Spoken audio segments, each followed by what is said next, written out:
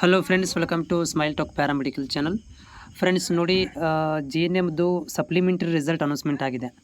So ಈ ಒಂದು supplementary ರಿಸಲ್ಟನ್ನು ನೀವು ನೋಡ್ಕೊಳ್ಳೋಕ್ಕೆ ಹೋದರೆ ಅಲ್ಲಿ ನಿಮಗೆ ಏನಾಗ್ತಾ ಇದೆಯಪ್ಪ ಅಂತಂದರೆ, ಭಾಳಷ್ಟು ವಿದ್ಯಾರ್ಥಿ, ನೀವು ಒಬ್ಬರಿಗಿಬ್ಬರಿಗಲ್ಲ, ಭಾಳಷ್ಟು ವಿದ್ಯಾರ್ಥಿಗಳಿಗೆ ಈ ರೀತಿಯಾಗಿ ಬರ್ತಾ ಇದೆ.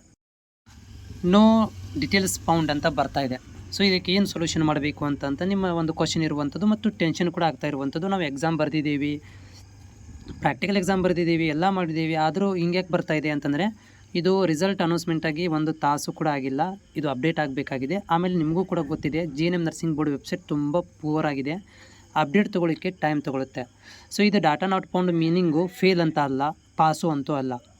ನಿಮ್ಮ ರಿಸಲ್ಟ್ ಇಲ್ಲಿ ಶೋ ಆಗ್ತಾ ಇಲ್ಲ. ಯಾಕೆ ಶೋ ಆಗ್ತಾ ಇಲ್ಲಪ್ಪ ಅಂತಂದರೆ, ಪೂವರ್ ಡಾಟಾ ಇರುವುದರಿಂದ, ಪೂವರ್ ಡಾಟಾ ಹ್ಯಾಂಡ್ಲಿಂಗ್ ಇರೋದರಿಂದ ಅದು ಅಪ್ಡೇಟ್ ಆಗಲಿಕ್ಕೆ ಸ್ವಲ್ಪ ಸ್ಲೋ ಆಗಿ ತೊಗೊತಾ ಇದೆ. ಅದರ ಜೊತೆಗೆ ಇನ್ನೊಂದೇನೆಂದರೆ, ಬೋರ್ಡ್ ಬಂದಿರುತ್ತೆ, ಅವ್ರಿಗೂ ಕೂಡ ಗೊತ್ತಾಗೋದಿಲ್ಲ. ಸುಮ್ಮನೆ ಅವ್ರು ಏನು ಮಾಡಿರ್ತಾರೆ, ಲಿಂಕ್ ಹಾಕಿ ಮನೆ ಕಡೆ ಹೋಗಿಬಿಟ್ಟಿರ್ತಾರೆ. ಅದು ಅಪ್ಡೇಟ್ ಆಗುತ್ತೋ ಬಿಡುತ್ತೋ ಈ ತಲೆನೇ ಕೆಡಿಸ್ಕೊಳ್ಳೋಕೆ ಹೋಗೋದಿಲ್ಲ, ಸರ್ವರಿಗೆ ಬಿಟ್ಟು ಹೋಗಿಬಿಟ್ಟಿರ್ತಾರೆ. ಅದು ಸರ್ವರ್ ಪ್ರಾಬ್ಲಮ್ ಆಗಿರ್ಬೋದು. ಹೀಗಾಗಿ ಡಾಟಾ ನಾಟ್ ಫೌಂಡ್ ಅಂತ ಬರುತ್ತೆ. ನಾಳೆ ತನಕ ಕಾಯಿರಿ.